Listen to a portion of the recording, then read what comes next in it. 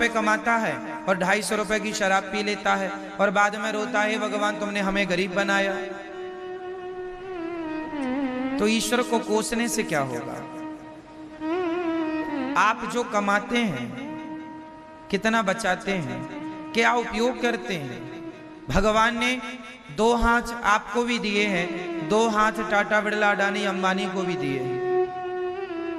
उनके कोई 4-6 हाथ तो है नहीं, क्यों जी हैं? टाटा बिरला जी के कितने हाथ हैं? 2। आपके कितने हैं?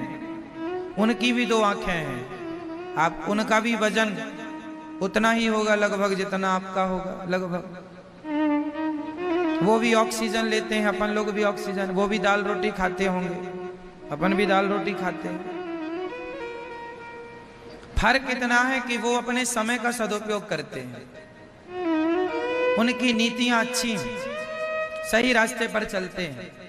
हम लोग पड़े हैं बिस्तरों में, 10-10 बजे तक तो सोते हैं,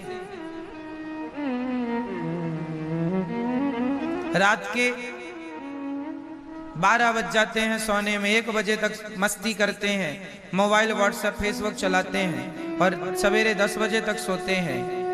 ना उठने का समय है, ना सोने का समय है, ना काम करने की जिम्मेदारी है आज के लोगों में। 10 बजे ऑफिस खुलने का समय है, साहब 10:30 बजे आ रहे हैं। आधा घंटा लेट कैसे हो गए? चाय में लेट हो गए, चाय में लेट हो गए। चाय 5 रुपए की है और 30 मिनट कितने के हैं? चाय की कीमत बाजार में 10 रुपए होती है, 20 रुपए होती है, और क्या होगी? 30 मिनट कितने महंगे हैं बताओ? 30 मिनट, चलो 15 मिनट कीमती है या 1 कप चाय कीमती है? हमारे देश में ऐसे कितने लोग मिल जाएंगे जो 1 कप चाय के लिए अपना 15 मिनट बिगाड़ देते हैं? हाँ या ना? सही है ये बात? हमारे देश में ऐसे कितने लोग हैं जो 1 कप चाय के लिए कितने मिनट बिगाड़ देते हैं? 15 मिनट, 20 मिनट। चाय तो मिल जाएगी पर जो 15 मिनट बिगाड़ दिए आपने वो नहीं मिलेगी। क्या निष्कर्ष निकला? कि हमारे देश में समय की वैल्यू नहीं है। कुछ लोगों के पास समय की वैल्यू नहीं है। काश समय को महत्व दिया होता। कहते हैं समय को कभी न ठुकराइएगा, समय को आपने एक बार ठुकराया तो समय आपको बार बार ठुकराएगा, इसलिए समय को ना ठुकराइएगा। समय बड़ा बलवान होता, पुरुष बली नहीं होता है, समय होत बलवान। भीलन गोपी लूट लई वही अर्जुन वही बाण। समय समय की बात है तो समय बड़ा बलवान होता है। मेरी माँ समझाओ ये बात अपने बच्चों को कि समय का दुरुपयोग ना करें। कुछ भी तूफान आ जाए, कुछ भी हो जाए, पर अपने समय से अपना काम करना सीखो, समय का सदुपयोग करना सीखो, कुछ करना सीखो। खाली फुर्सत बैठना मतलब मूर्खता। करते रहिए, करते रहिए। कुछ ना करो तो शास्त्रों को पढ़ते रहिए, गीता को पढ़ते रहिए, कुछ सीखते रहिए। हर दिन हमें कुछ ना कुछ नया सीखना चाहिए, रोज हमें कुछ ना कुछ सीखना चाहिए। सही है मैया? समझ में आ रही? सीखते रहो, आगे बढ़ते रहो, करते रहो। कुछ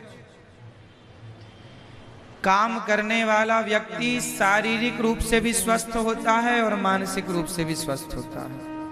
अकर्मण्य आदमी बैठा बैठा बीमार पड़ जाता है, मानसिक रूप से भी ग्रसित हो जाता है, परेशान हो जाता है। बुढ़ापा आ गया इसका मतलब ये नहीं कि आप कुछ नहीं करेंगे। आप मंदिर में जाके कीर्तन ही करिए, गीता का पाठ करिए, बुढ़ापा है, रामायण, अच्छे संस्कार दीजिए गांव के लोगों को, मोहल्ले के लोगों को, सोसाइटी के लोगों को। अच्छा काम करिए। बुढ़ापा आ गया है, रिटायरमेंट हो गया है, कुछ नहीं कर सकते, तो आप जो बच्चे हैं जो गलत रास्ते पर जा रहे हैं, सब बच्चों को आप अच्छे रास्ते पर ले जाइए, क्योंकि आप बूढ़े हैं, आपको जीवन जीने का अनुभव ज्यादा है। अपने अनुभव शेयर करने लग जाइए। कुछ दीजिए देश को, समाज को, कुछ कीजिए। कुछ ना करने की अपेक्षा कुछ करना श्रेष्ठ है। अरे कीर्तन ही करो सीताराम सीताराम, कुछ ना करो तो कथा ही सुनो, मंदिर में जाके झाड़ू ही लगा दो भगवान के दरवाजे में। कुछ ना करने की अपेक्षा कुछ करना श्रेष्ठ। सही है, करना सीखिए। बस भगवान यही कहते हैं कि जो मेरी शरण में आया है, जो मेरा बन के आया है, मैं उसके लिए सब कुछ करूंगा। भगवान होते तो लोग गरीब क्यों होते, ये कोई सवाल नहीं है। अकर्मण्यता से लोग गरीब हैं। अब दूसरी बात कि आज सब कुछ होने पर भी लोग परेशान क्यों हैं? क्योंकि सबसे बड़ी गलती ये है, जब भगवान ने गोवर्धन उठाया, बहुत ध्यान से समझिएगा, हम लोग सबसे बड़ी गलती क्या करते हैं जीवन में, वो समझिएगा। गिरिराज जी एक उंगली से किसने उठाया? भगवान श्री कृष्ण ने। अब जो ग्वाल वाल थे, सखा थे, मित्र थे, उन्होंने, किसी ने अपना कंधा लगा लिया, किसी ने एक लाठी ली और लाठी लगा ली, किसी ने दोनों हाथ पहाड़ पर लगा दिए। और थोड़ी देर बाद ग्वाल वालों ने भगवान श्री कृष्ण से कहा, कन्हैया तुम कुछ खा लो। भगवान बोले मैं खाऊंगा तो पहाड़ नीचे नहीं आ जाएगा? तो ग्वाल वालों ने कहा, कन्हैया क्या पहाड़ तुमने उठा रखा है?